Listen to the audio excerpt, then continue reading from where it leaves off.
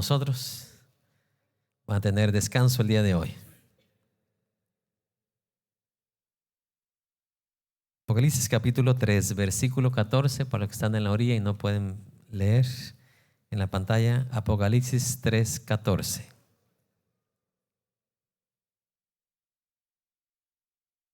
Me avisa cuando lo tenga.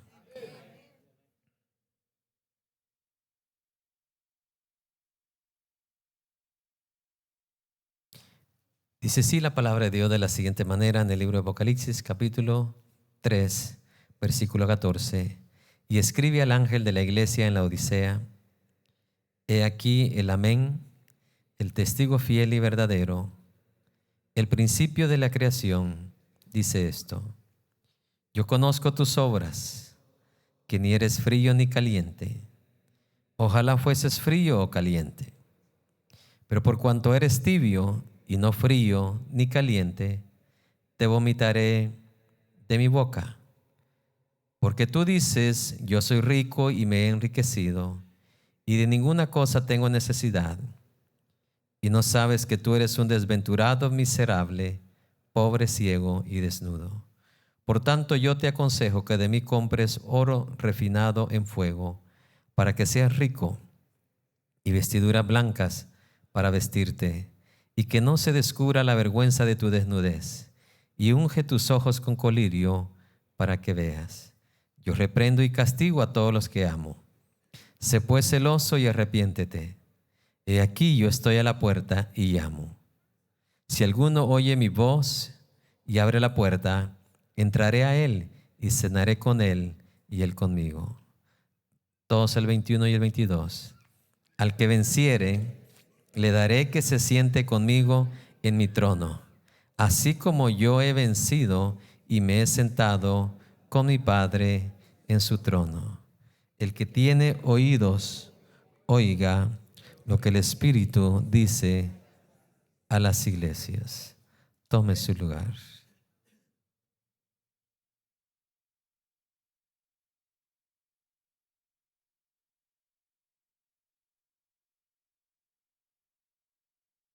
Esta iglesia, la última iglesia a la cual Jesucristo le dirige una carta, representa la iglesia apóstata, la iglesia que se apartó de la verdad y llegó a importarle nada la verdad.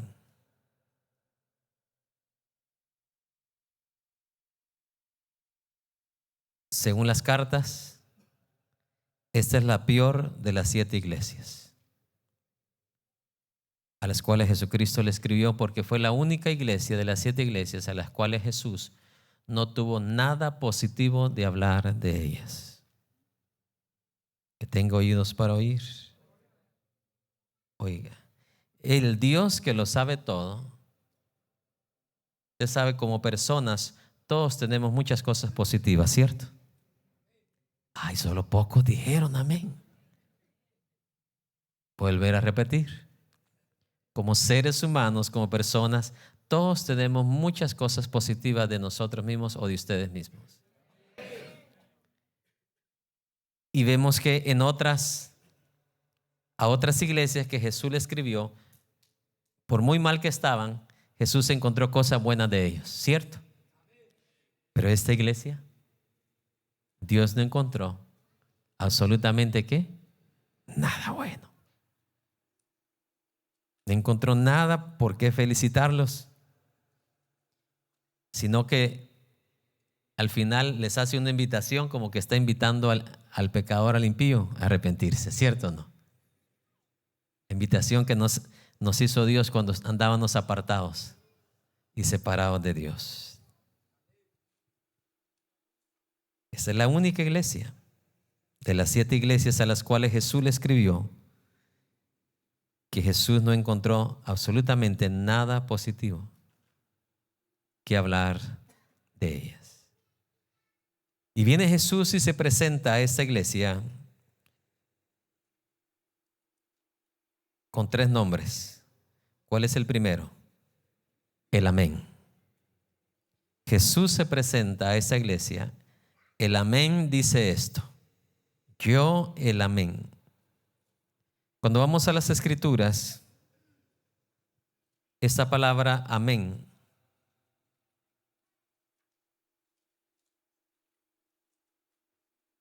en Isaías lo encontramos en el capítulo 65, versículo 10, donde Dios por 2 veces es llamado el Dios de la verdad.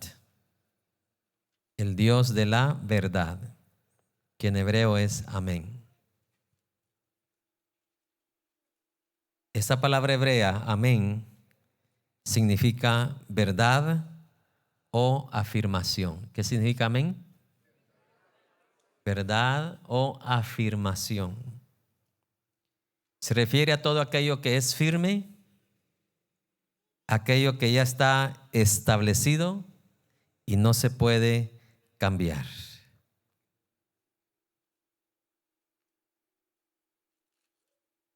Amén también en las Escrituras es usado en las Sagradas Escrituras para afirmar la verdad, la fidelidad de una declaración.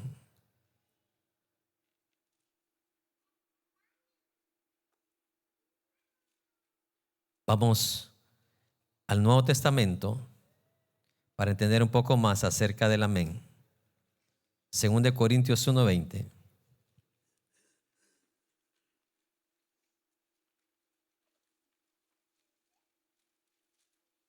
Según de Corintios 1:20.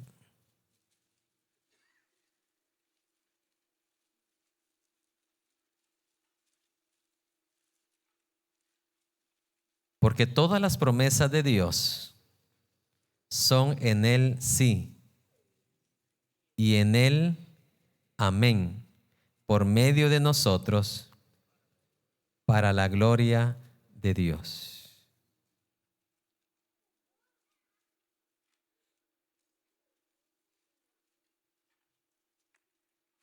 ¿Quiere que se lo lea del griego? Dice, porque todas las promesas que Dios ha hecho, siempre encontramos en ellas un sí, en conexión con Él. Y es por eso que a través de Él nosotros podemos decir amén cuando damos gloria a Dios. En resumen, es a través de la persona y la obra de Cristo que todas las promesas de Dios y todo lo que Él ha prometido, todos sus pactos, son cumplidos y garantizados a través de ¿quién? De Jesucristo. Él es la garantía por la cual todas las promesas de Dios se han cumplido y las que no se han cumplido se cumplirán. Jesús es el amén porque Él es el que confirma todas las promesas de Dios, nuestro Padre Celestial. Aparte de Jesús presentársele a esta iglesia como el amén, también se le presenta ¿con qué nombre? Regresemos a Apocalipsis 3:14. El segundo nombre dice el testigo fiel. El testigo fiel. Primero se le presenta como el amén, la seguridad absoluta de la verdad de Dios en sus promesas y en nuestras vidas. Pero también se presenta como el testigo fiel. Tenga seguridad de que Jesucristo, Él es, por naturaleza divina de Él, testigo ¿qué? Fiel.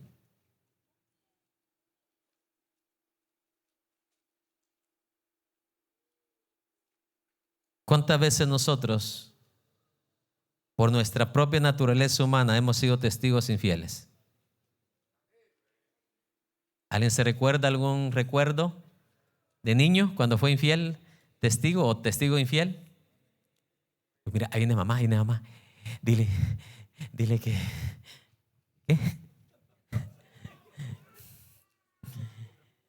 ¿qué? que ya tengo ya 1 hora estar acá.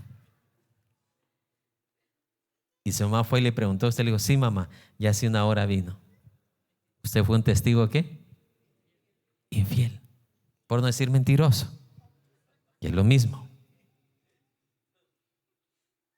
Pero de Jesús, usted jamás va a encontrar que Él va a ser un testigo fiel o va a dar un testimonio de usted falso.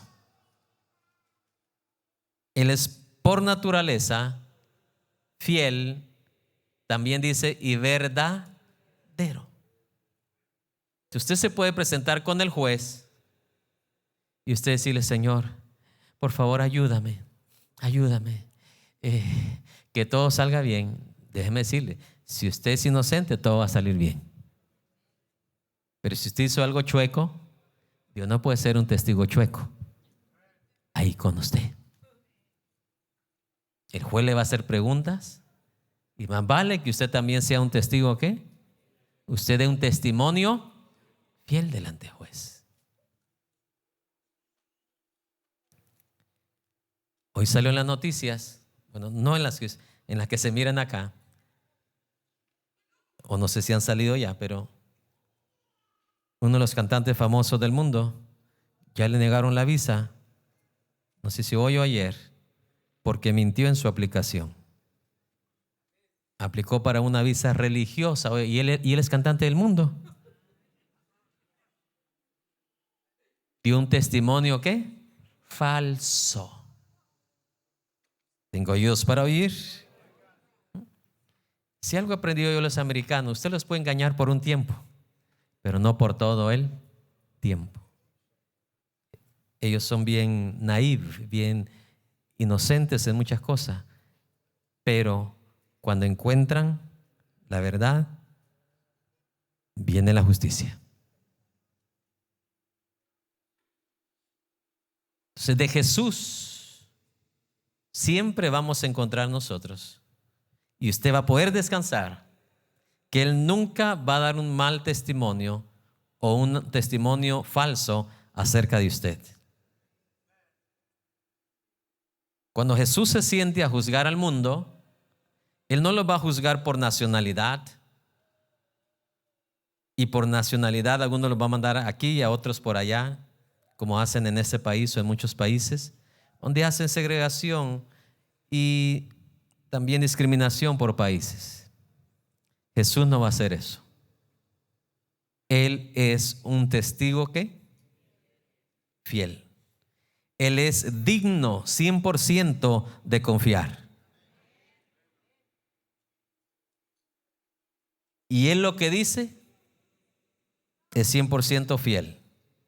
Su testimonio o lo que Él va a decir siempre va a ser genuino y verdadero. Se presenta de esa manera, ¿sabe por qué? Porque lo que está a punto de decirle a la iglesia de la Odisea, ellos no tenían del por qué decir cuando escucharan lo que iba a hablar de ellos en mal. La iglesia de la Odisea no podía decir, oh no, eso no es cierto. El testimonio de lo que yo voy a decir de ustedes no es una exageración, ni es una ¿qué? Mentira. Por esa razón, si usted se da cuenta, a cada iglesia Jesús se le presenta con diferentes nombres. A esta iglesia, a propósito, se le presenta como el testigo fiel. El primero, como amén. Lo que Él va a decir es como al final decir amén y amén. Caso cerrado. Una afirmación veraz de lo que iba a decir de esta ¿qué? Iglesia. Nosotros podemos ser diferentes como seres humanos. Damos declaración de alguien, casi siempre nos vamos a equivocar cuando opinamos de alguien. ¿Qué opina usted de tal persona? A mí se me hace que es creído. Pero es que no tiene esa palabra, esa frase. A mí se me hace que es ¿qué? Orgulloso, presumido. Y ya cuando usted lo trata, se da cuenta que no es así. No sé si me explico. Nuestras declaraciones no son tan puntuales, tan fieles, tan verdaderas como las de Jesús, porque Él sí conoce lo interior de nosotros. Nosotros juzgamos a veces por apariencia, pero Jesús conoce todas las cosas. No hay nada que se le escape a Él. El tercer nombre con el cual Jesús se le presenta a esta iglesia: el principio de la creación de Dios. Aquí donde muchos se agarran de este versículo para decir, ya ves, Jesús no es Dios, Él fue criado. Aunque realmente si vamos directamente al griego, no dice exactamente el principio de la creación de Dios. Por ejemplo, aquí lo tengo en unas traducciones antiguas, dice el príncipe de la creación de Dios. Pero vamos a tomar la que usted y yo leemos acá. El principio de la creación ¿de qué? De Dios. Esta palabra principio, que es arché, A-R-C-H-E, no se refiere a Jesucristo como la primera persona que fue criada en esta tierra, sino se refiere como a Jesucristo, la fuente o el origen de toda creación. Vamos a Apocalipsis 22:13, rapidito.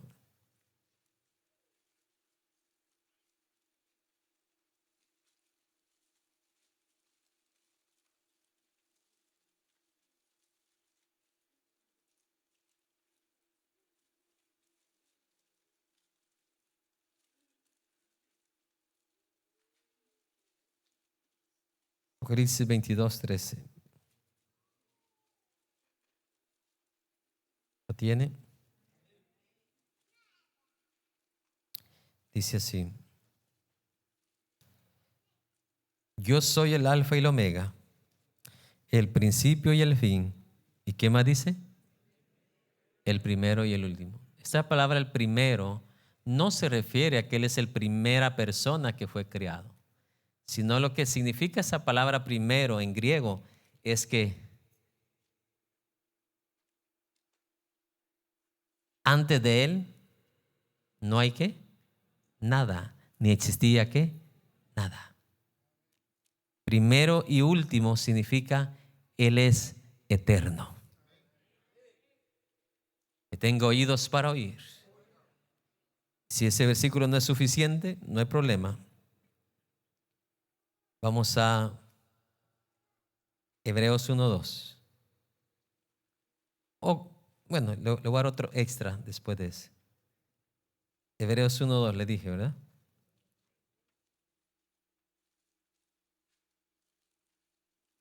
En estos postreros días nos ha hablado Dios por el Hijo, a quien constituyó heredero de todo y por quien asimismo hizo el universo. Vamos a otro más, Colosenses 1:15.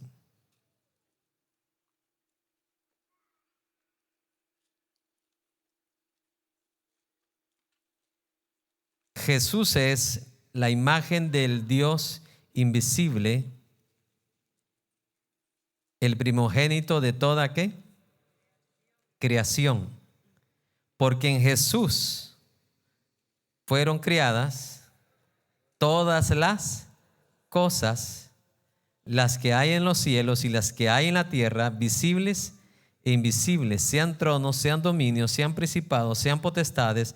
Todo fue creado por medio de Jesús y para Jesús. Y Jesús es antes, subráyenlo, de todas las cosas, y todas las cosas en Jesús subsisten. Entonces aquí ha habido un error de interpretación. Aquí el apóstol Pablo usa la palabra, en vez de primero, usa la palabra como primogénito. y es lo mismo. No se refiere a algo que fue creado no se refiere a la primera persona creada, sino se refiere a Jesucristo como el alfa y el omega, a Jesucristo como el que existía antes de todas las cosas. Dice, y por él y para él fueron hechas todas las. Y le voy a dar una para que la estudie en su casa. Juan 1:3.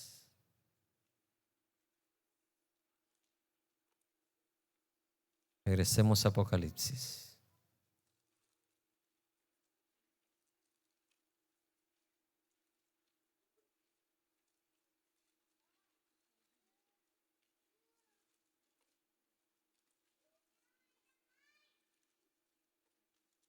El testigo fiel. Y por último, ¿cuál es el último nombre? Y verdadero. Que es prácticamente, van juntos los dos, ¿verdad? El testigo fiel y verdadero. El principio de la creación. Dice esto. Quiero hablar un poquito acerca de esta ciudad.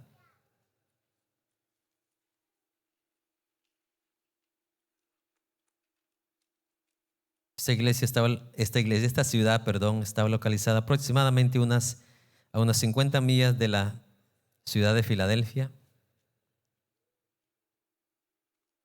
Prácticamente era como una loma, estaba como sobre una loma, un lugar alto de 100 pies o algunos,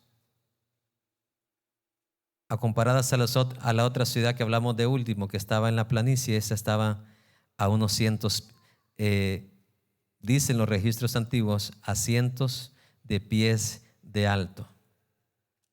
En otras palabras, era una ciudad que tenía bastante protección, muy difícil de ser penetrada o conquistada.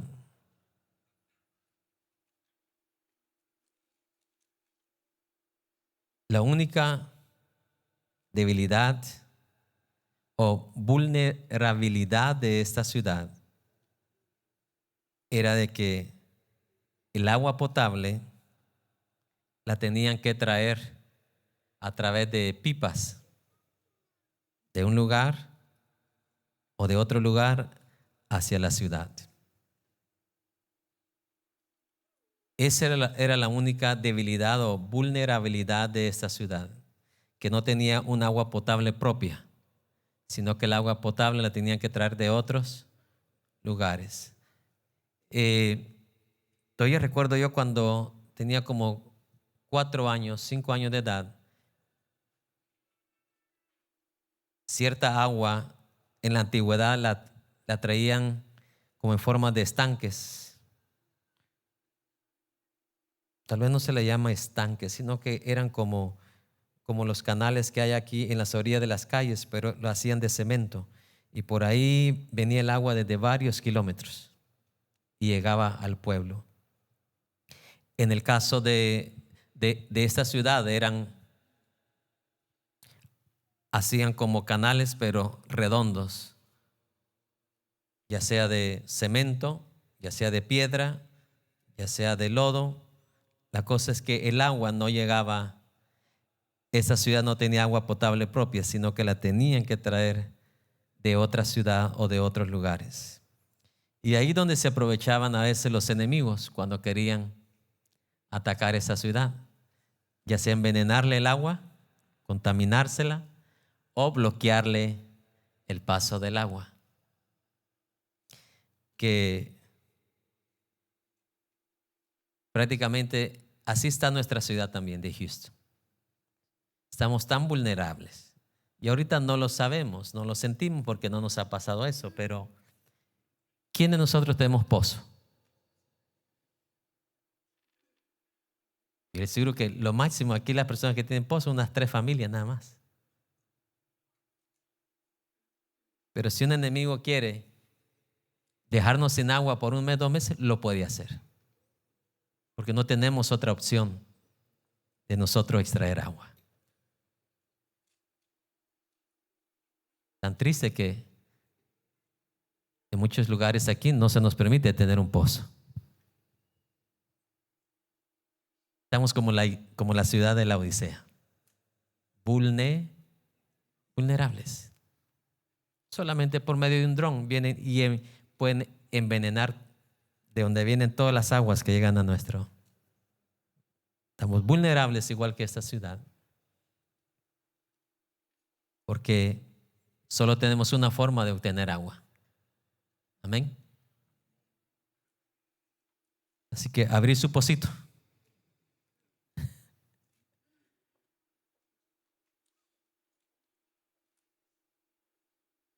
Esa ciudad fue fundada por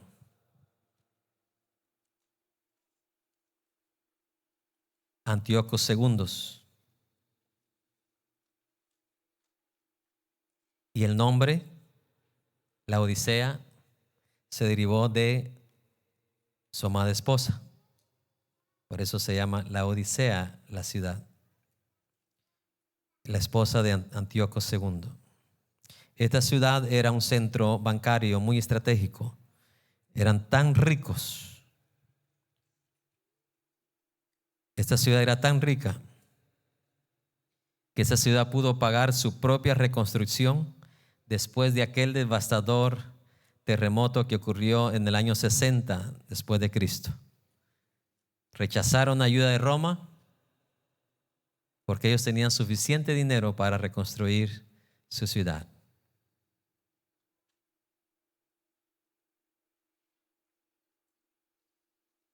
También en esta ciudad era un centro muy importante de medicina antigua.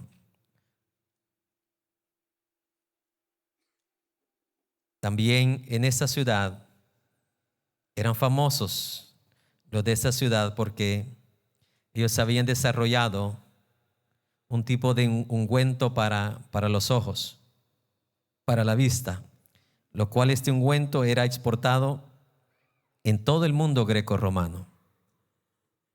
3 industrias predominaban en esta ciudad. Los bancos, también las telas y la producción de este ungüento o de este remedio para los ojos.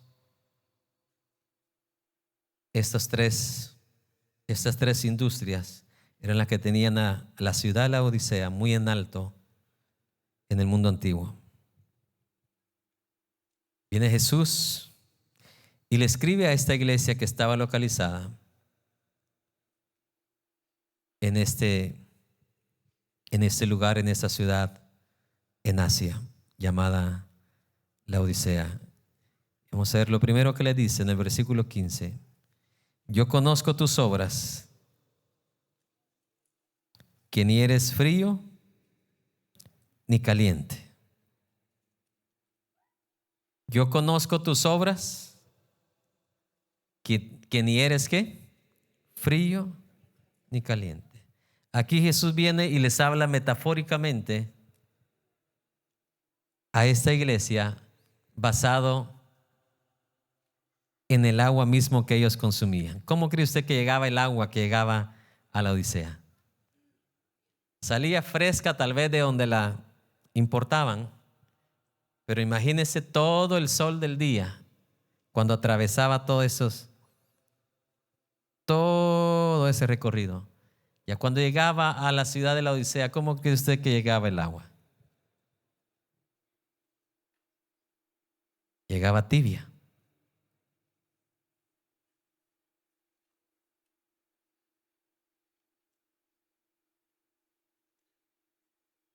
O a veces caliente, ¿verdad? Pero más que todo tibia. Porque me imagino que trataban de cubrirla o protegerla lo más posible para que ellos pudieran tomarla.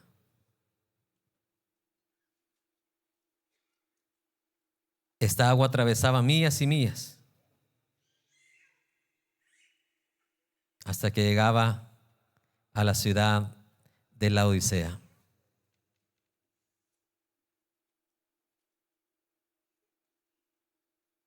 Y le dice Jesús: he aquí yo veo y conozco que no eres ni frío ni caliente. Vea,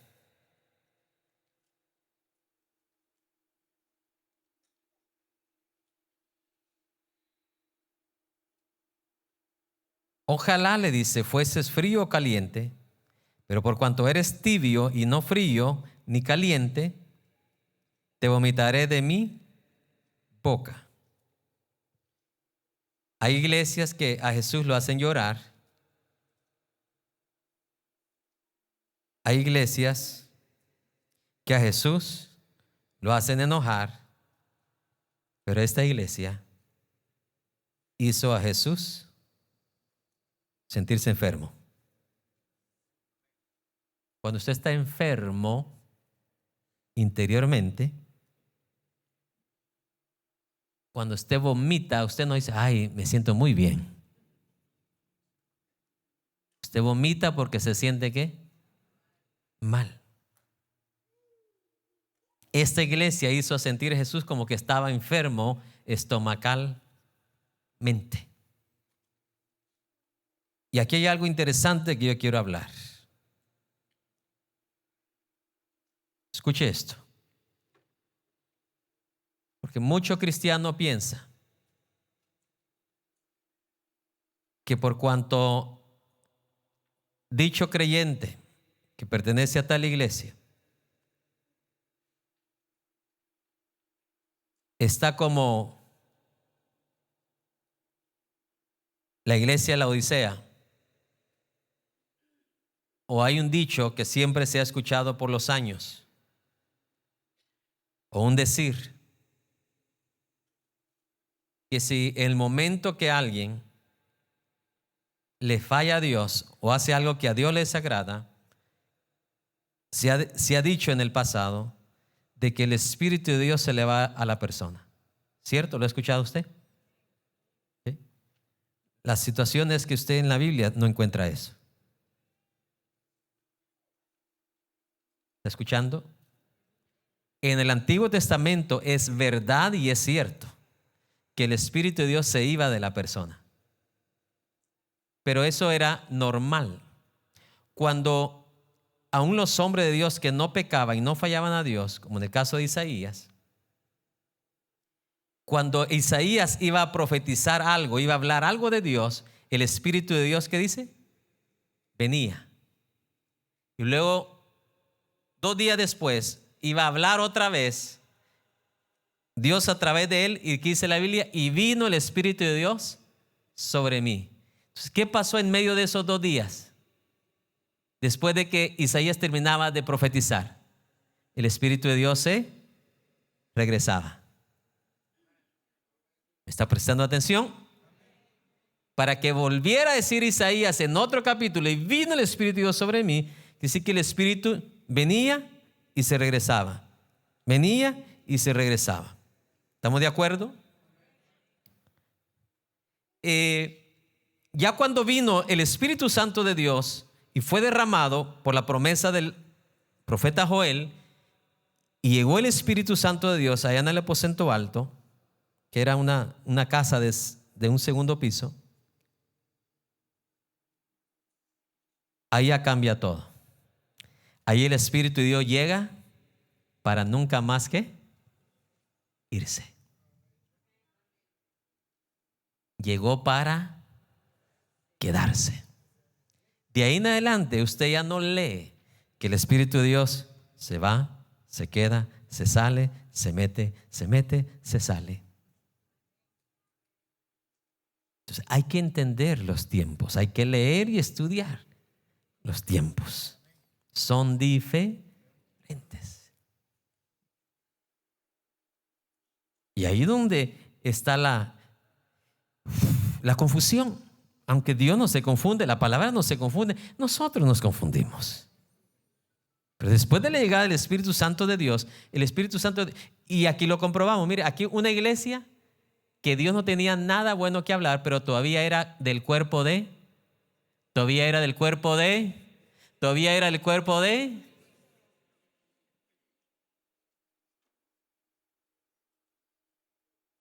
¿Está entendiendo? Sí. Te vomitaré de mí. Y la boca es el cuerpo de Cristo. Es parte del cuerpo de Cristo. Y el vómito, ¿de dónde viene?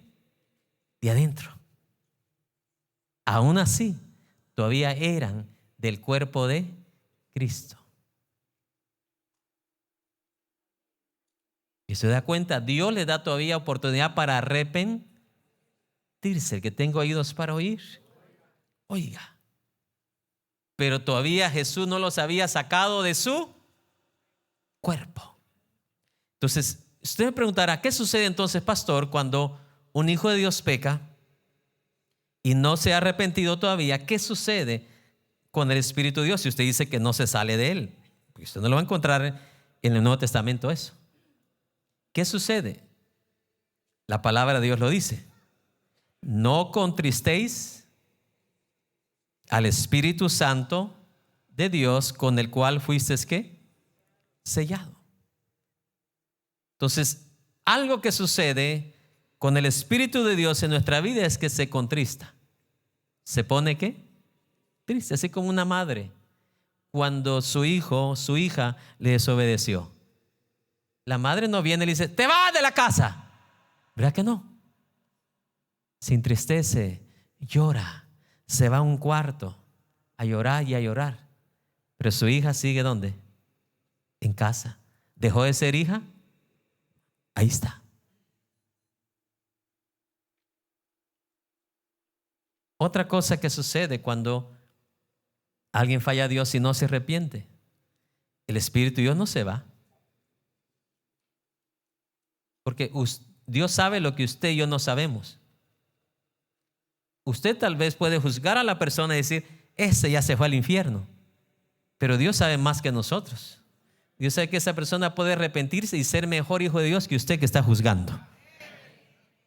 Por eso es que Dios nos saca su espíritu, porque ese espíritu le va a ayudar a esa persona a convencerlo de su pecado.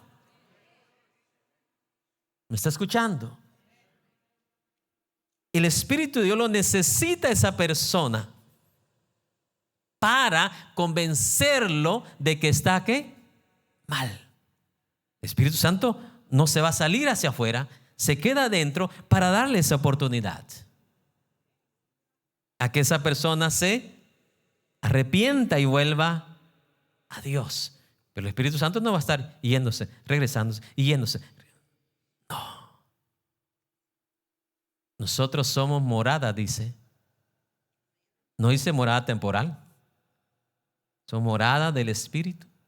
Entonces, dos cosas veo yo en la palabra que sucede con el Espíritu. Se entristece. Y la otra es que se queda como inactivo. Ya no puede operar como podía operar antes. Ya no puede actuar como podía actuar antes. Está esperando a que tú ¿qué? Regreses a Él. Regreses a Dios. Para que el Espíritu de Dios nuevamente ¿qué? Pueda activarse en tu vida. Cuando apenas una persona recibe a Dios, el Espíritu de Dios es como un abanico, como un motor. Ríos de agua ¿qué? De agua viva. Cuando esa persona desobedece, le falla a Dios, los ríos de agua viva ¿qué? Se paran. No se salen, se paran. Cuando esa persona vuelve a Dios, abre sus ojos, recapacita y se arrepiente, vuelven las aguas nuevamente.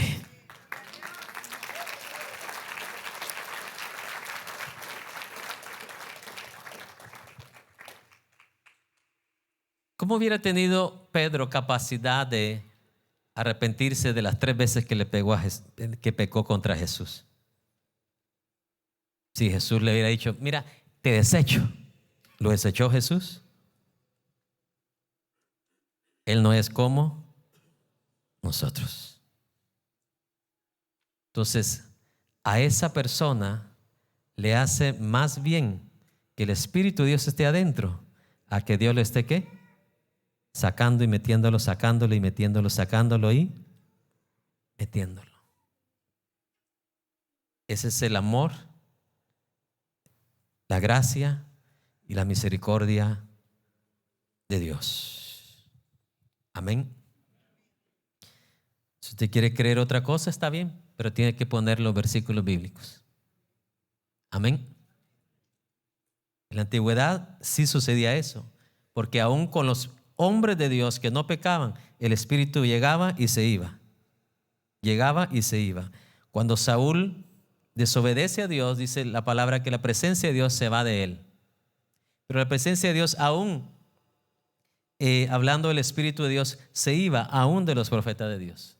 Porque así se manifestaba antes el Espíritu de Dios. Pero ahora, dice la palabra, ya no se va ni se queda, perdón, ya no viene y se va, ya no viene y se va, sino que ahora dice, somos templo y morada del Espíritu Santo de Dios.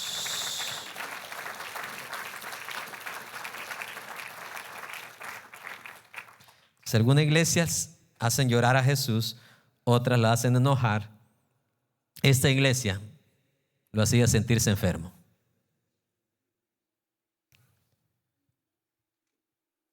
Déjeme explicarle las tres temperaturas. ¿Cuáles son? Tibio, frío y caliente. Por cuanto eres tibio, dice, y no frío ni caliente. Dice, yo prefiero que seas frío o seas ¿qué? Caliente. Voy a dejar al tibio de último, ¿ok? Que es la iglesia de la Odisea. Porque no van a poder entender qué es tibio si no explicamos primero qué es frío y qué es ¿qué? Caliente. Porque aquí es donde hay confusión también. Dice, pero ¿cómo es que Jesús quiere que seamos fríos? Fría es la persona que simplemente no quiere nada de Dios. Es la persona que sabe que está mal, sabe que está en desobediencia, sabe que está en rebeldía, pero no quiere absolutamente nada de Dios. Pero por lo menos es sincero y sabe que está ¿qué? Mal delante de Dios. El caliente es el obediente, es aquel que acepta la corrección de Dios. Aquella persona que cuando le falla a Dios se aparta, regresa a Dios porque sabe que es la única esperanza que tiene para su vida. Y esa persona procura en su corazón, en su vida, hacer la voluntad de Dios, obedecer a Dios, ser fiel a Dios, sigue sus mandamientos, no se detiene por nada, no retrocede por nada, está siempre cerca y quiere estar siempre cerca de Dios. Este es el caliente. Entonces, la confusión está en la cuestión de frío. Dice, pero ¿cómo es que Jesús dice que prefiere que seas frío o que seas ¿qué? Caliente? Por supuesto, porque el frío, aunque es rebelde, es pecador, pero por lo menos reconoce que está mal. Y la persona que está mal, y aunque esté en rebeldía, en desobediencia, Dios para esa persona siempre tiene oportunidad. La cuestión aquí es, o el peligro es con el tibio. Porque el tibio no es como el frío. El tibio es la persona equivocada, engañada, que cree que está ¿qué? Que está bien, cuando está ¿qué? Mal. ¿A quién puede usted ayudar mejor? ¿Aquel que es rebelde pero sabe que está rebelde? ¿O aquel que es rebelde pero cree que no es rebelde? ¿A quién puede usted ayudar mejor? Aquel que es rebelde pero sabe que es ¿qué? Rebelde. Que aquel que es rebelde pero no acepta que es rebelde. Ese es el que no tiene remedio. Y esa era exactamente esta iglesia. Ellos dicen que creían que no tenían necesidad de nada. Mire, vaya a la iglesia. Yo voy cuando pueda. Yo soy bien. 2, yo necesito ir a la iglesia. No tenían necesidad de nada. Vamos al ayuno. Yo necesito ayunar. Yo estoy bien. Yo necesito ayunar. Aquí no hay ningún laodiceo, ¿verdad? No necesitan nada. Nada. ¿Cuántos conocen a alguna persona así? Que actúan como que no necesitan nada. Vamos, mire, para que recibamos un consejo. Yo necesito de eso. Y es la persona que más lo necesita. Por eso Dios, Jesucristo, ve a esta iglesia como una iglesia tibia. Lo vio peor que los fríos. Porque los fríos por lo menos tienen algo positivo, que es la sinceridad. Aceptan que están mal. Saben que están mal. Y eso es algo bueno para Dios obrar en sus vidas. Eso es una parte importante para el arrepentimiento. Pero ¿cuándo se puede arrepentir una persona que cree que no está mal, aun cuando está ¿qué? Mal?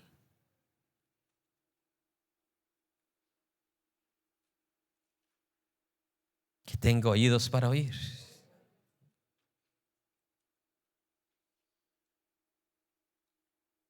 Mi padre intentó por todos los medios, mi madre intentó por todos los medios, luego yo intenté por todos los medios decirle a un varón: mire,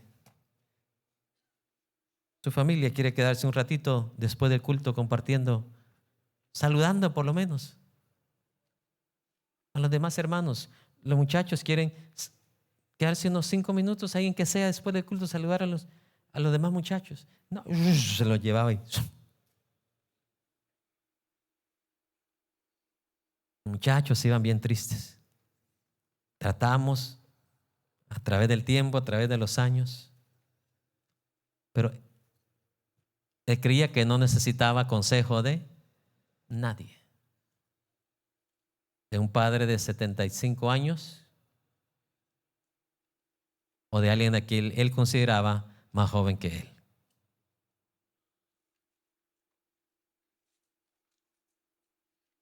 Pasaron los años, recibo una llamada telefónica, me dice: hermano Jacob, quiero que ore por mí. Yo reconocí su voz, sabía quién era. Me dice: mis hijos no quisieron seguir el camino del Señor. Mi esposa se me fue.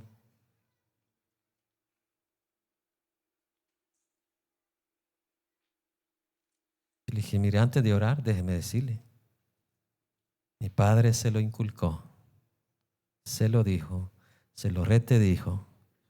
Luego, a través de su hijo que soy yo, se lo volví a decir. Somos seres naturales que necesitamos lo que dice la Biblia, la armonía entre los demás. Entramos el compañerismo entre los demás. La Biblia habla de: mira cuán bueno y cuán delicioso es habitar los hermanos, ¿qué? Cada quien por su lado, juntos.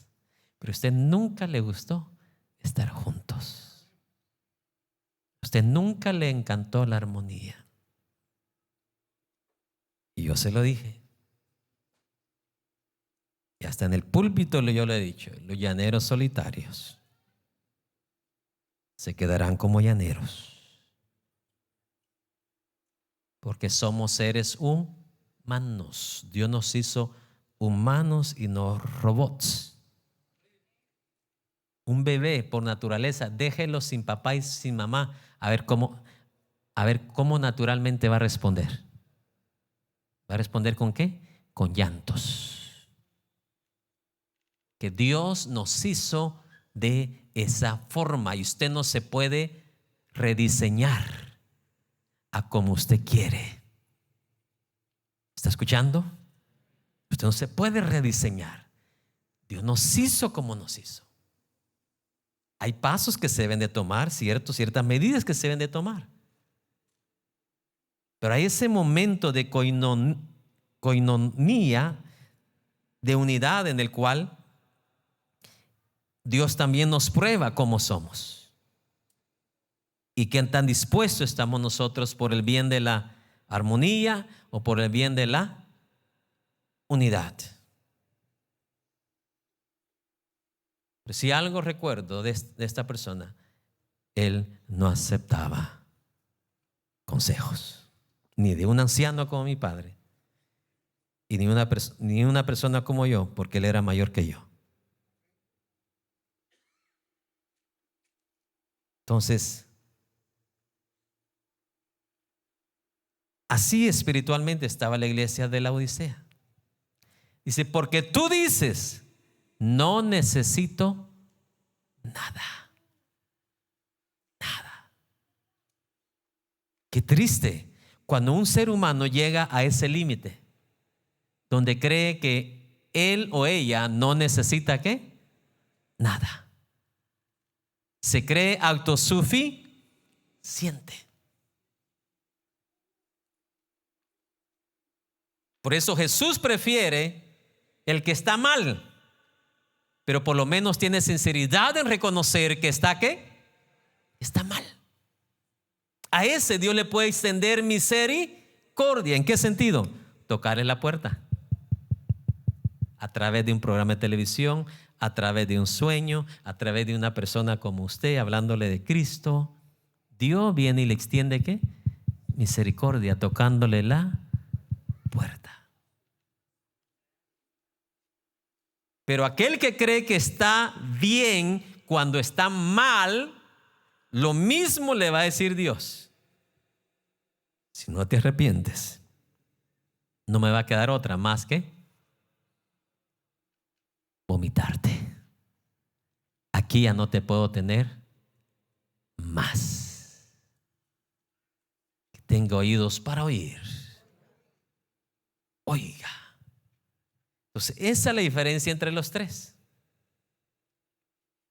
El caliente es esa manada pequeña que está caminando en la voluntad de Dios, anhelando estar con Dios y estar siempre con Dios. El frío es aquel que dice, miren, no pierdan el tiempo conmigo, yo estoy mal, sé que estoy mal, pero ahorita no quiero nada de Dios. Por lo menos este frío es sincero. Reconoce que está ¿qué? Mal. El tibio es aquel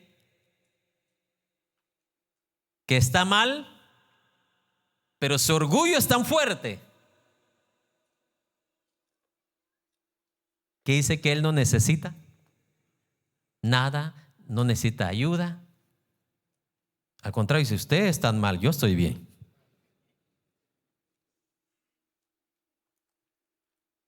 Amén.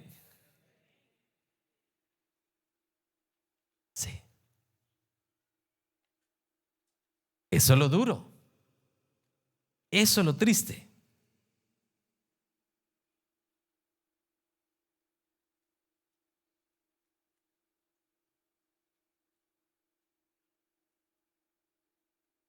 Mire, ¿sabe cuál es la persona más difícil para ganarla para Cristo? ¿O para que regrese al camino del Señor?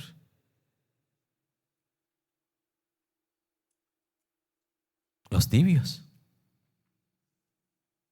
Usted va y con amor, alegría y agradecimiento por lo que hizo Dios por usted, va y le habla al Señor y me dice, yo necesito, yo estoy bien. Cuando verdaderamente esa persona urgentemente necesita a quién. ¿Por qué los fariseos no se convertían a Jesús aún viendo el poder, viendo la enseñanza, escuchando sus predicaciones? ¿Por qué los fariseos no se convertían a Dios? Eran los tibios. Ellos creían que ellos estaban bien y todo el mundo estaba ¿qué? Mal. ¿Se recuerda que entró un fariseo al templo al lado de un ¿qué? Publicano. El publicano era el frío. Él empezó a golpearse el pecho y levantar sus ojos al cielo y decir con sinceridad: Señor, si hay todavía misericordia en ti hacia mí, ten misericordia de este ¿qué? Pecador, el frío. Y en este otro lado estaba ¿quién? El fariseo. El que creía que estaba ¿qué? Bien. Señor, gracias te doy, porque no soy como este hijo del diablo que está aquí al lado mío.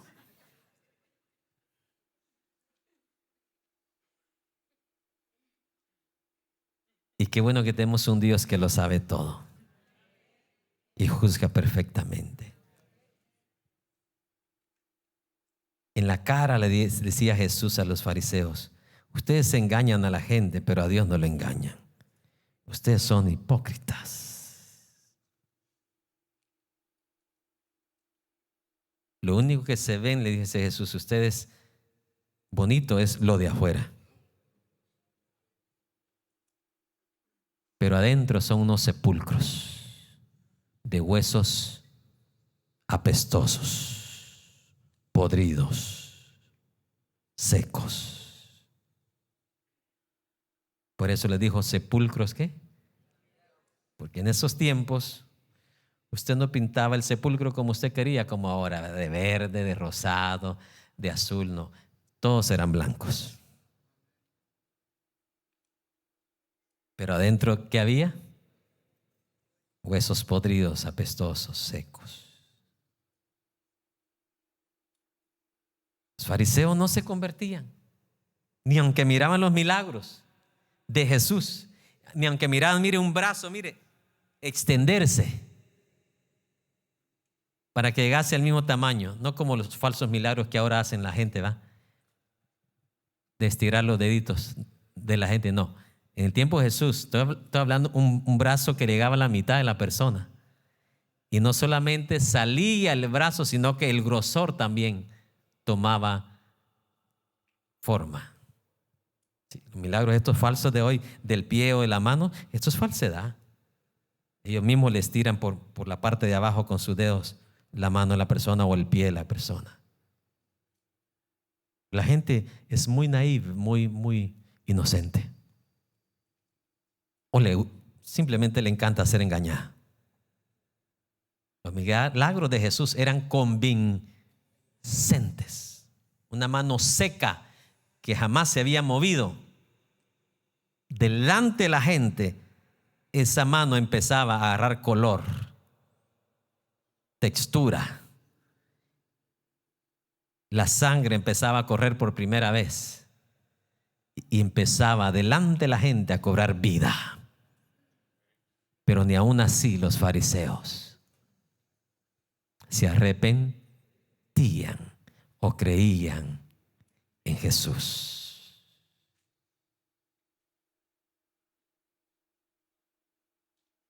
Tú no eres ni frío, dice, ni caliente. No eres ni sincero, no eres ni alguien que está haciendo mi voluntad. Eres un tibio. Estás en el templo, pero crees que estás bien y no necesitas nada.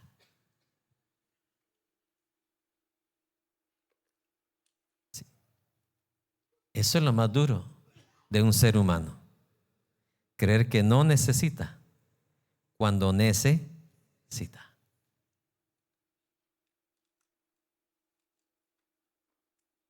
Algo otro es como le dicen sus esposas: vaya al doctor. Vaya. No, yo no necesito. ¿Y qué sé cuándo empezó? Llévame. Ya demasiado tarde, solo tardó 5 días vivo.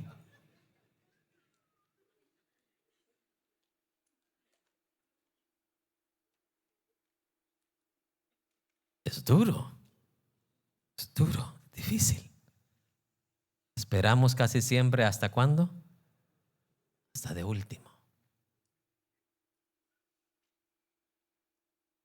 Seguimos. Porque tú dices, versículo 17,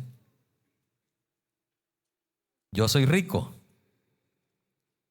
y me he enriquecido y de ninguna cosa tengo necesidad. Y de ninguna cosa tengo ¿qué? Necesidad. Esta ciudad estaba en un apogeo económico. Tenía mucho dinero.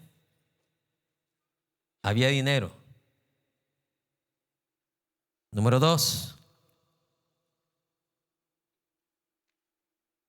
Los miembros de esta iglesia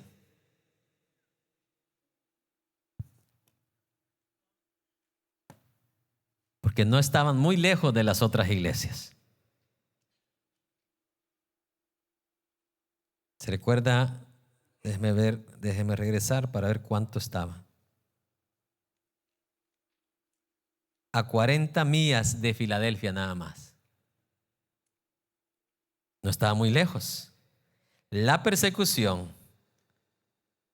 también pasó por ellos, pero como eran poderosos en esto, prefirieron aliarse con aquellos que traían la persecución, que en este caso los romanos, o los falsos líderes religiosos judíos, sacerdotes, sumos sacerdotes, etcétera. Se aliaron con su poder y con su dinero. Y en vez de estar sufriendo como las demás iglesias, como Esmirna, como Éfeso, como Filadelfia, en vez de estar sufriendo como ellos, de una u otra manera, por su poder económico,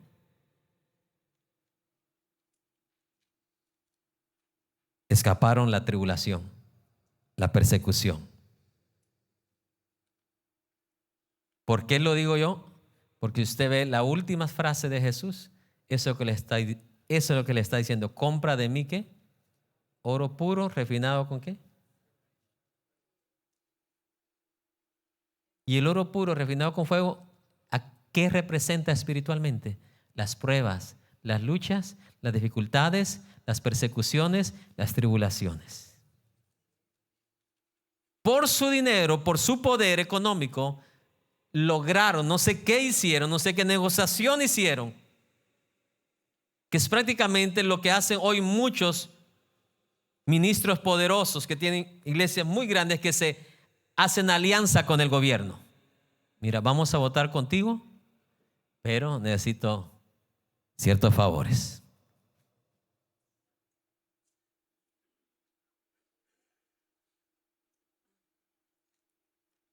Alianzas.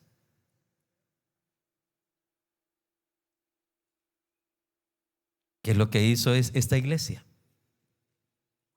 La alianza con el mundo o la alianza con los poderosos hizo que esta iglesia no pasara las persecuciones que las demás iglesias estaban ¿qué? Atravesando.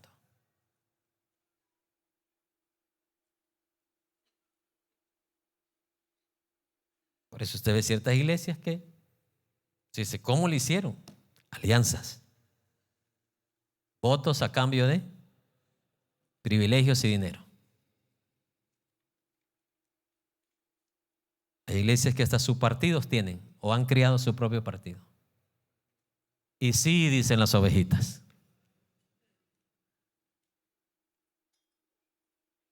Sí. Aquí me han llamado a mí. Mira, tal candidato quiere la oportunidad de ir a presentar su posición o lo que él quiere hacer en la ciudad. No sé si tú le das oportunidad para que hable ahí. No le. De ninguna manera. Le doy oportunidad que entre, pero a escuchar la palabra. Pero tomar el púlpito, no.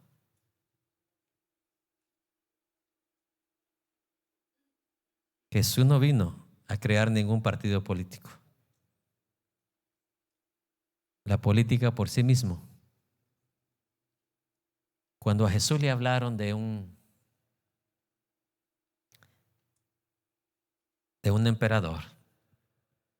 ¿Cómo se refirió Jesús a ese emperador? Como una zorra apestosa. Porque así es la política, por su naturaleza. Y eso no quiere decir que todos los políticos son apestosos. La política en sí.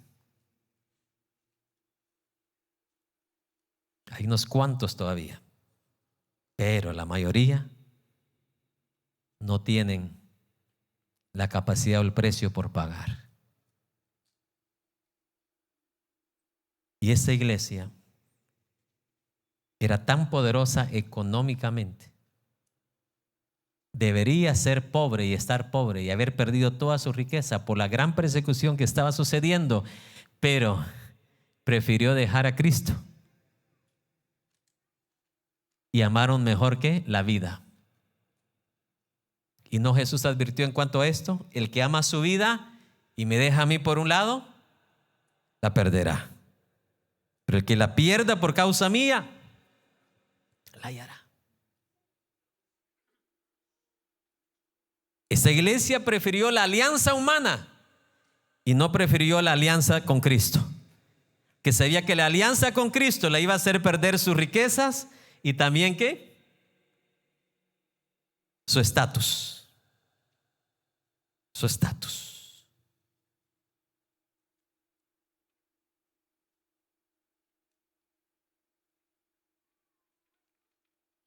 Cuando a mí me preguntan ¿cuál es la iglesia que más predomina hoy en día? La iglesia de la Odisea. Porque son pocos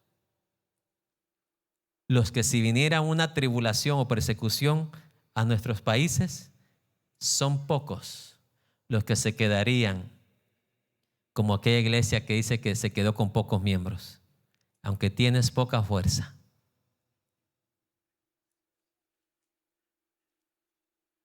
Porque eso es lo que hace la tribulación. Filtra los que son de los que no son. Y solo se quedan los pocos que son.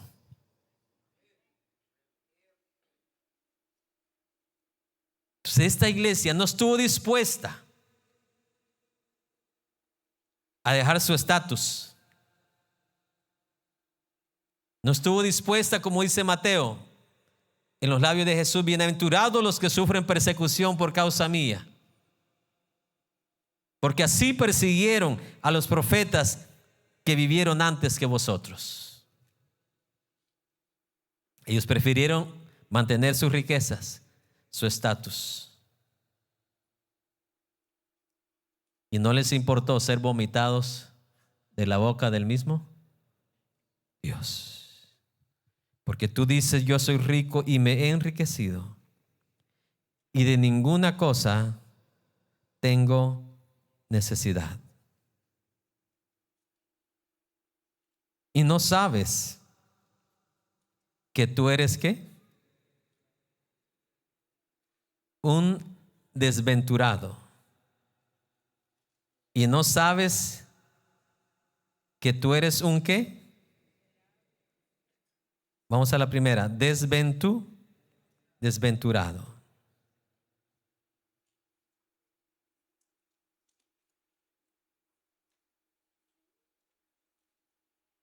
Mire cómo dice el diccionario acerca de la primera característica que Jesús habla de esta iglesia.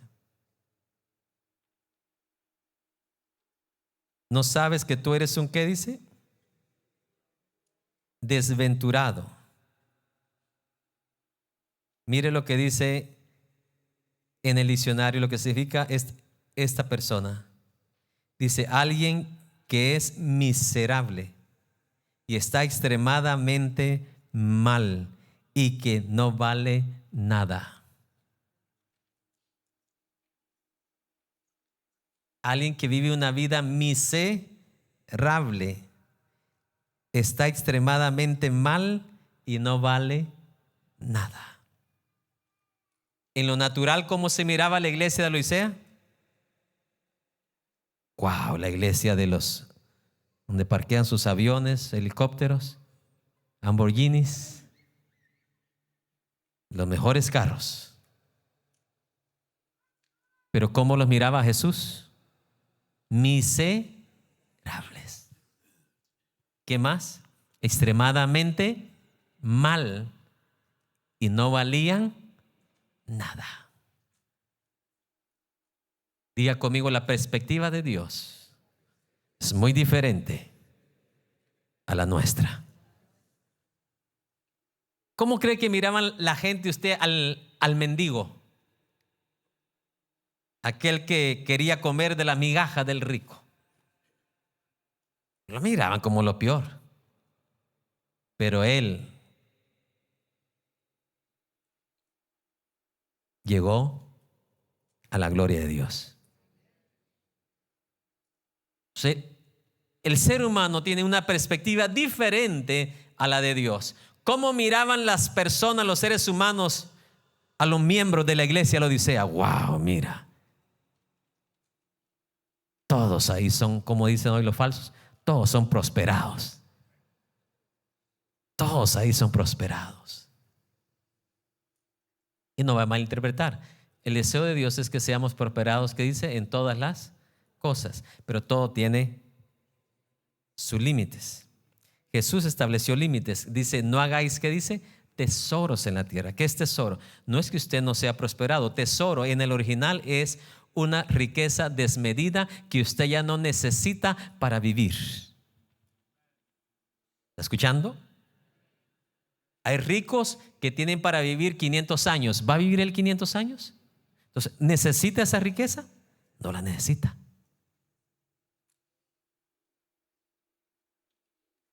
A eso es lo que Jesús llama tesoros. Algo que usted ya no necesita para vivir. Eso Dios no lo acepta de sus hijos. Tengo oídos para oír. Porque tú dices, yo no necesito nada, yo soy rico, soy importante. ¿Y cómo lo ve Dios? Miserable, extremadamente mal y no vale nada. ¿Cuál es la otra? Pobre. Porque ellos decían que eran ¿qué? Ricos. Ciego. Ellos tenían la mejor medicina para los ojos. Y esa era parte del orgullo de ellos. Pero Jesús los miró ¿qué? Ciegos. Desnudos, aunque se vestían con las mejores ¿qué? Telas. Jesús los miraba desnudos. En pocas palabras, ¿qué está diciendo Jesús? Tú puedes tener todo, pero sin mí no somos ni valemos nada. En cambio, a una iglesia que no tenía riquezas, que era pobre, ¿qué le dice Jesús? Pero tú eres rica. ¡Wow!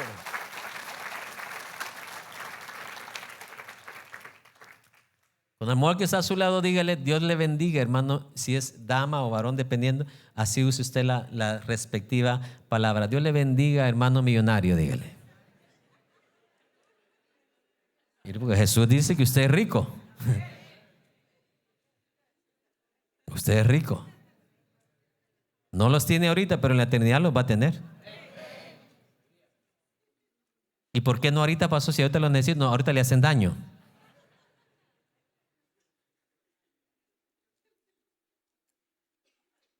Dijera mi papá, si con $100,000 los veo una vez al mes, imagínense con 10 millones.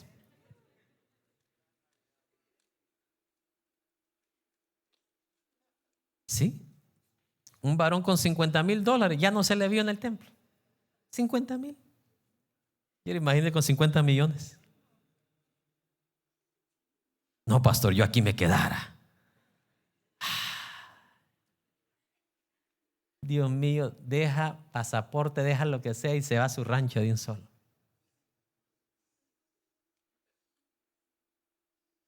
Un hermano así me dijo: pastor, si me gano la lotería, me dijo, yo le compro el templo.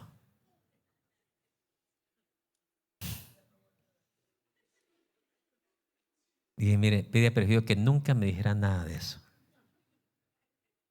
porque he conocido muchos de esos y no cumplen.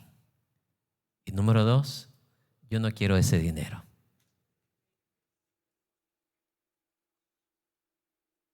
Como que si un narcotraficante, un capo me viniera a decir: mira,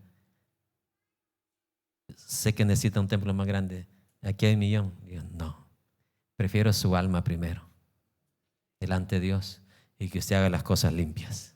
Pero ese dinero chueco no lo quiero. Prefiero que me cueste y esperar más tiempo hasta que Dios abra una puerta o el lugar correcto, pero ese dinero no lo quiero. Así dice porque no ha llegado alguien.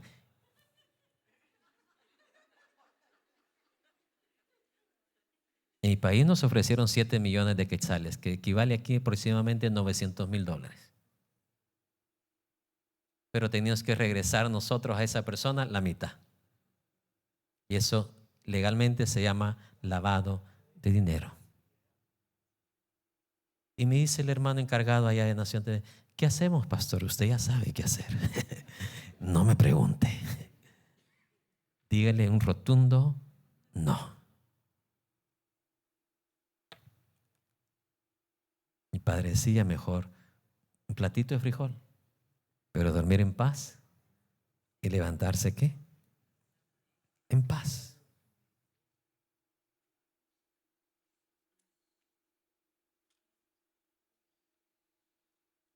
Y 18. Por tanto, yo te aconsejo, mire qué lindo Jesús. Yo te aconsejo, no te quiero forzar, te doy un consejo. No quiero obligarte, te doy un consejo. Yo te aconsejo que de mí compres oro refinado por el fuego, para que seas ¿qué? Rico. Yo te aconsejo que de mí compres oro refinado por el fuego.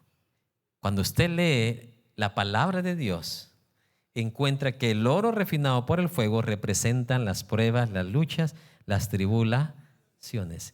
El apóstol Pedro lo dijo más claro, aunque hay varios versículos que hacen referencia a esto, pero el apóstol Pedro dice uno bien clarito, dice: si el oro que es perecedero es probado por el fuego, ¿cuánto más vuestra fe, que es más valiosa que el oro, no ha de ser probada?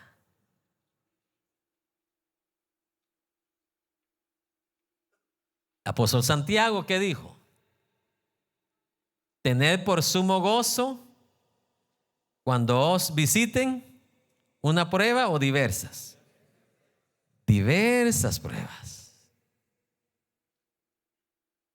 Hubo otro apóstol del Señor que dijo de esta manera: entre más aflicciones, entre más persecuciones vienen a nuestra vida, más se amontona la gloria de Dios sobre nuestra cabeza.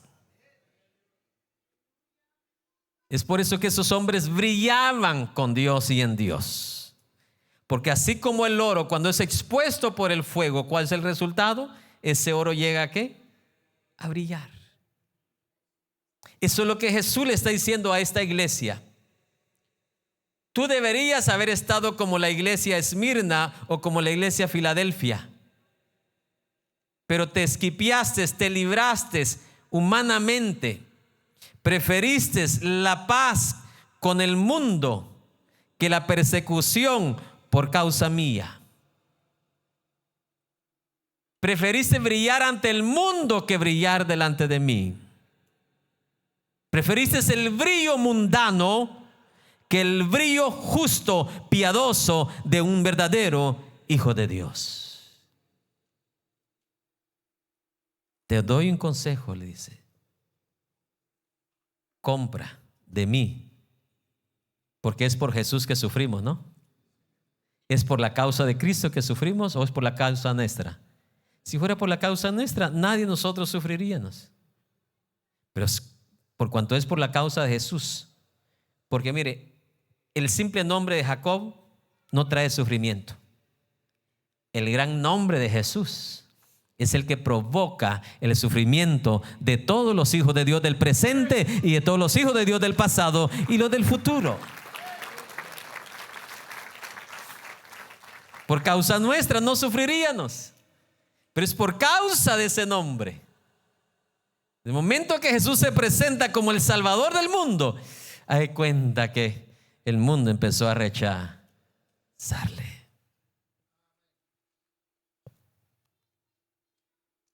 Cuando Él nada más empieza a hacer milagros, todo el mundo lo ama, todo el mundo lo aprecia, todo el mundo lo sigue, todo el mundo lo quiere escuchar. Pero cuando Él se presenta como el Salvador del mundo y empieza a decirles que Él es el único camino al cielo y no los muchos caminos que ellos tenían, ahí empezó ¿qué?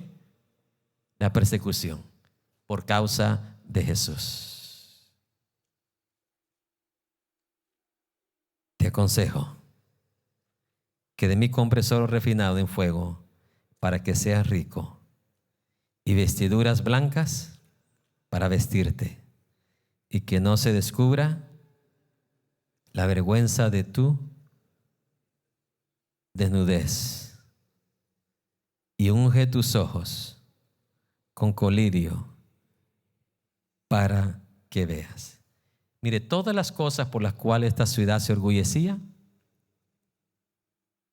Jesús viene y toca todos esos puntos, los cuales era orgullo para ellos, pero para Jesús no valía absolutamente ¿qué? Nada. Tus vestiduras lujosas, valiosas, no cubren la desnudez que yo veo delante de mis ojos. Y no estaba hablando de desnudez de ropa, sino de desnudez del corazón. Unge tus ojos con colirio para que veas que sí necesitas ayuda, sí necesitas consejo, sí necesitas reconocer que estás mal. Leamos todos el 19 ya para terminar.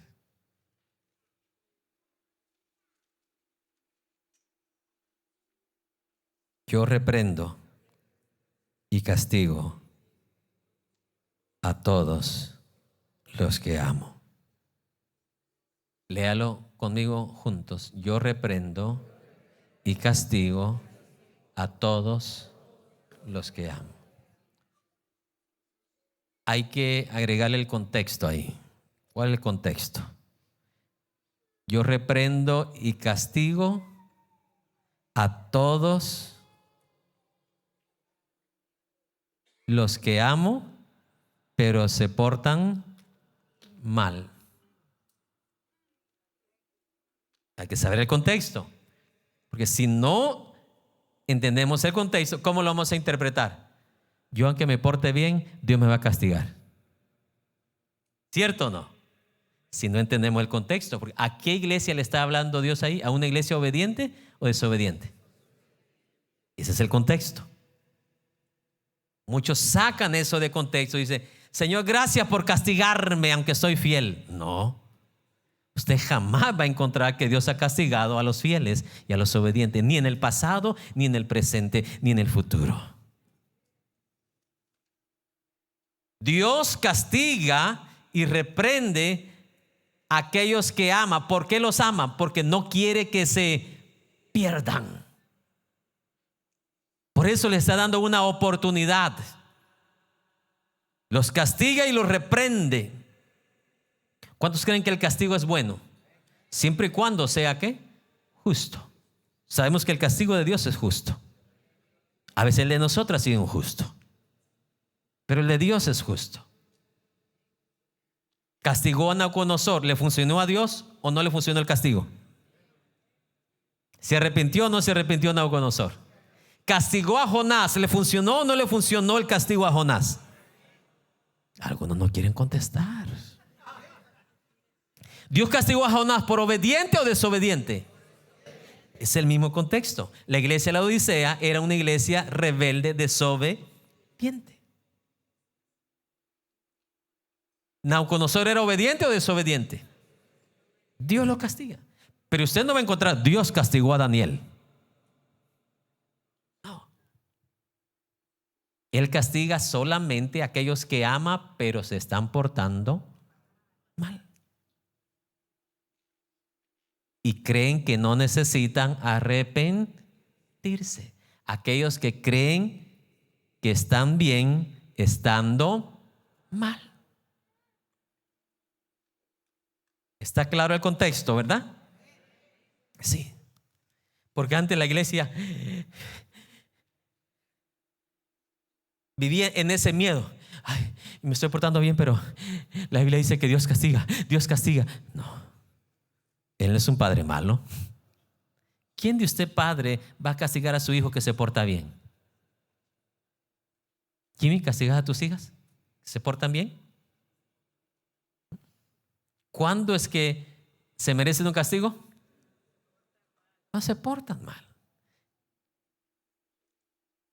Eso es lo que Jesús está diciendo ahí. Yo reprendo y castigo a todos los que amo, pero se portan. Y mire, y después también soporta el contexto. Sé pues celoso y arrepiéntete. Sé pues celoso y arrepiéntete. Y el 20 me encanta, esto lo vamos a leer de pie. ¿Qué le dijo Jesús? Quédate así como estás. No. Arrepiéntete. Cambia de rumbo. Cambia de destino. Cambia de pensamiento. Cambia de pensamiento.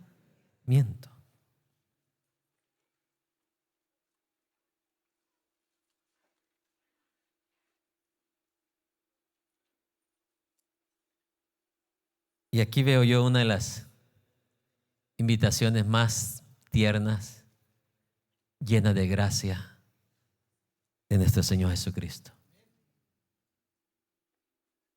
A pesar de cómo estaba la iglesia, que no tenía nada bueno que decir Jesús, le hace la invitación más tierna, la invitación más graciosa, la invitación más llena de amor.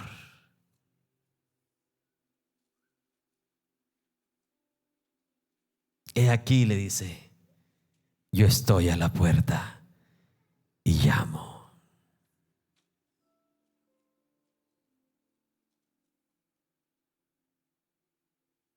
¿Sabe cómo dice en griego? He aquí estoy yo de pie en tu puerta, tocándola. He aquí yo estoy de pie en tu puerta, tocándola.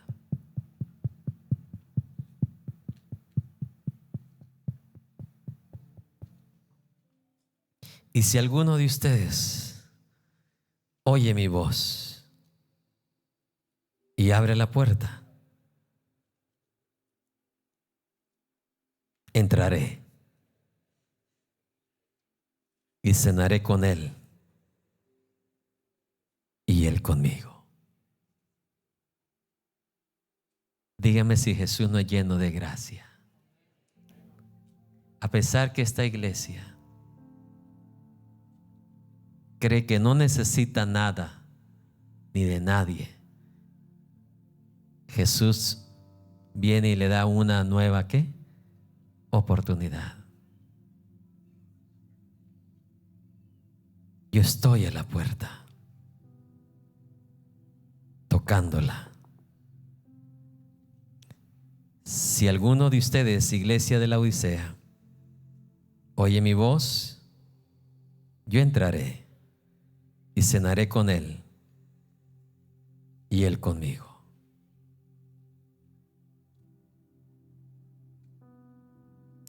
Al que venciere, le daré que se siente conmigo en mi trono,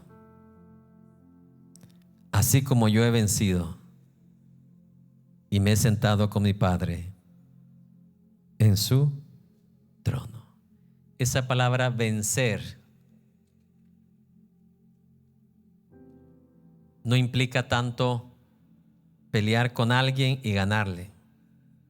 Esa palabra vencer en griego está dando más a entender alguien que a pesar de los obstáculos, alguien que a pesar de lo que le vino y lo que tuvo que atravesar fue duro o difícil, etcétera, etcétera, no retrocedió, sino que siguió hacia adelante hasta llegar ¿a dónde?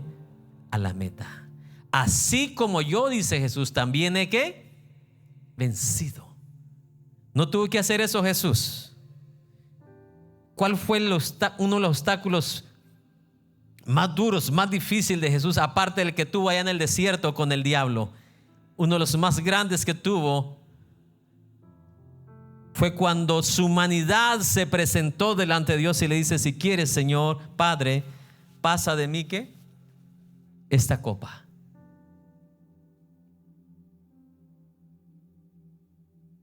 Pero Jesús sabía que solo los vencedores, solo los que se sobreponen sobre las circunstancias, son los que llegan ¿hasta dónde?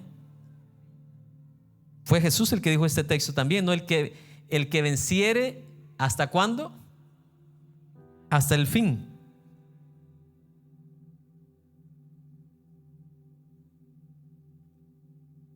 En su Biblia dice: el que persevera. Usted no puede perseverar si usted no se sobrepone de la misma manera sobre las circunstancias. Para usted perseverar, y no solamente en el ámbito cristiano o espiritual, para usted perseverar en cualquier área de la vida, usted tiene que sobreponerse sobre todas las circunstancias que le vengan.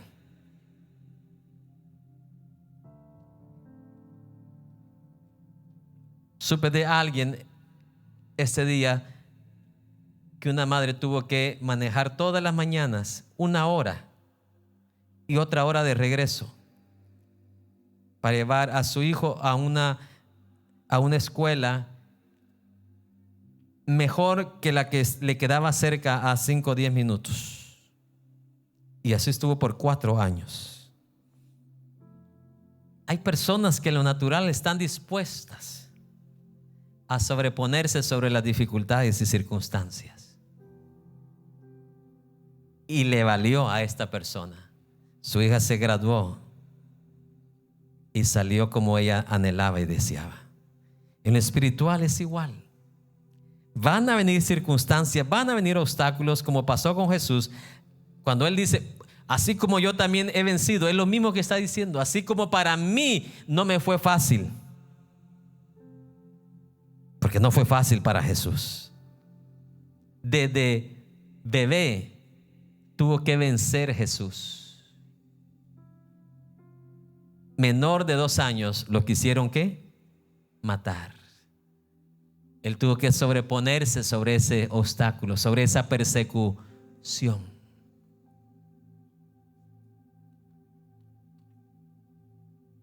En otras ocasiones lo quisieron despeñar de una peña hacia el precipicio. Tuvo que sobreponerse sobre esa circunstancia. Pero lo más duro,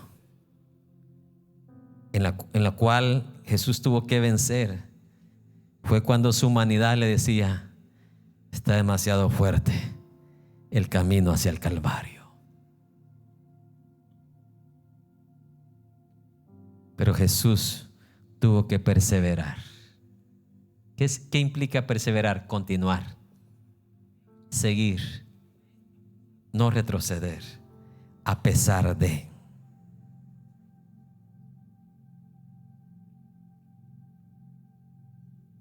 Usted empieza una dieta, ¿verdad que cuesta al principio? Pero usted tiene que perseverar.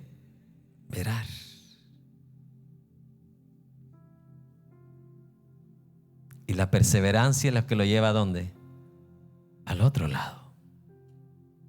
Por cuanto yo perseveré, por cuanto yo persistí, por cuanto yo me sobrepuse, ¿dónde estoy ahora? Dice Jesús. Sentado al lado de ¿dónde? Diga conmigo, no importa lo que me cueste. Vale la pena. Vale la pena vencer, perseverar, sobreponerse.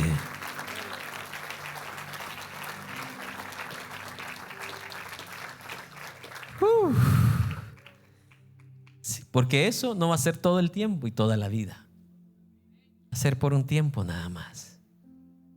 Pero la recompensa, estar sentado en el lugar más glorioso, más seguro del universo, el trono mismo de nuestro Dios Todopoderoso.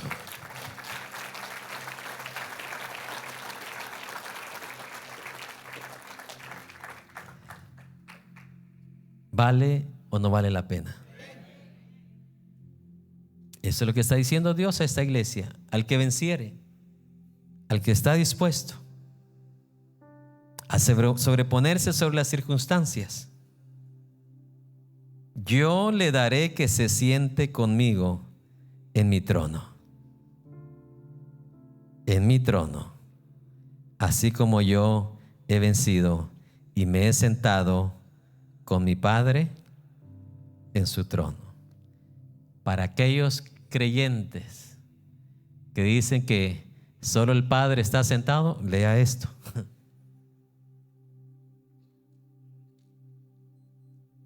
O aquellos creyentes, solo Jesús. Dice que Jesús es el que está sentado y no está el Padre ahí. Lea también ahí. Hay para los testigos de Jehová y para los solo Jesús ahí.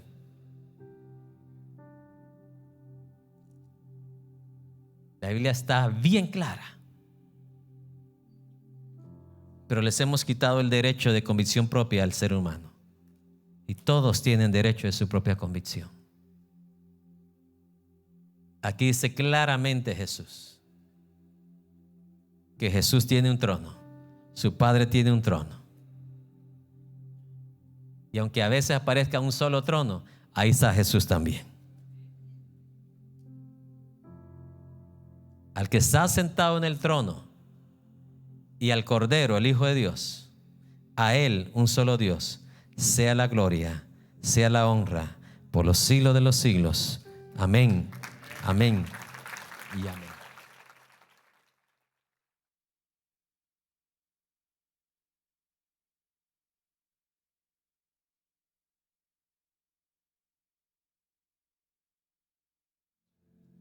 Que está alejado, apartado de Dios, o está como la iglesia de la Odisea, que no agarras consejo, no recibes consejo y eres sabio en tu propia opinión, que ni tu propio padre ni abuelo le haces caso. Hoy Dios te dice con amor, como le dijo a esta iglesia: si oyes hoy su voz, no endurezcáis tu corazón. Me agrada cómo empieza hablando Jesús. Te aconsejo, te aconsejo, te aconsejo que si hoy oyes su voz, ábrele la puerta a Jesús. Ábrele la puerta a Jesús, que Él va a entrar y va a cenar contigo y tú con Él. Si hay una vida aquí o alguna persona ahí a través de la televisión que quiera hoy tomar esta decisión de venir a Jesús,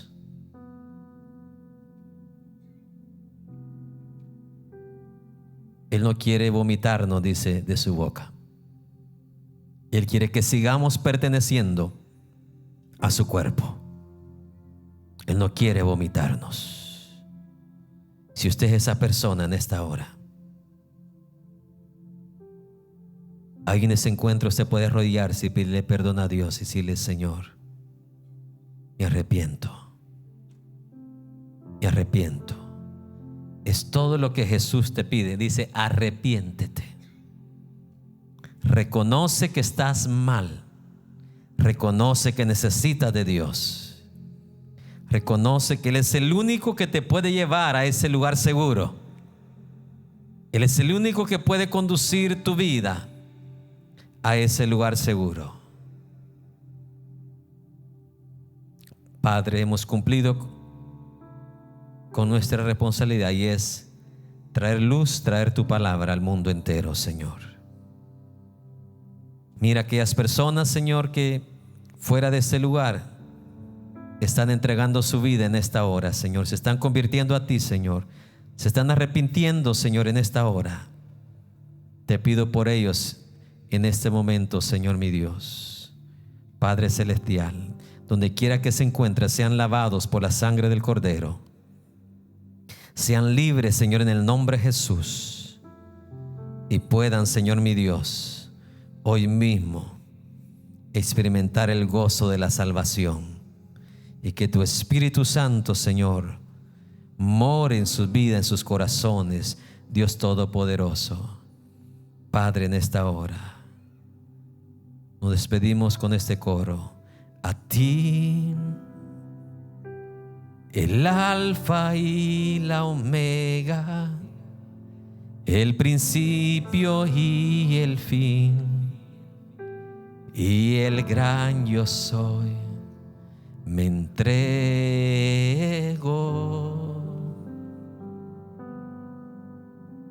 a ti, el Todopoderoso, el que es y que será, y el gran yo soy, me rindo.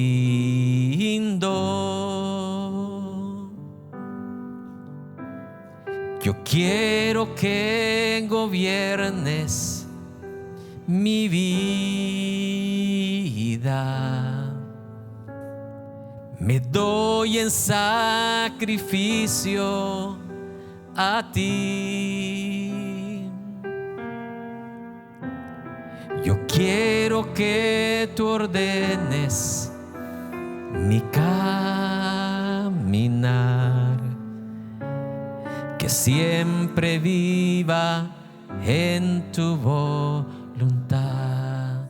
Última vez le decimos: yo quiero que gobiernes mi vida. Me doy en sacrificio a ti.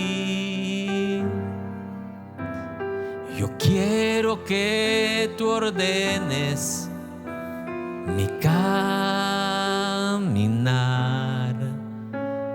que siempre viva en tu voluntad. Padre, te damos gracias en esta hora por tu palabra. Gracias por cada varón, cada dama que está peleando la batalla de la fe. Aquellos que no se les está haciendo difícil.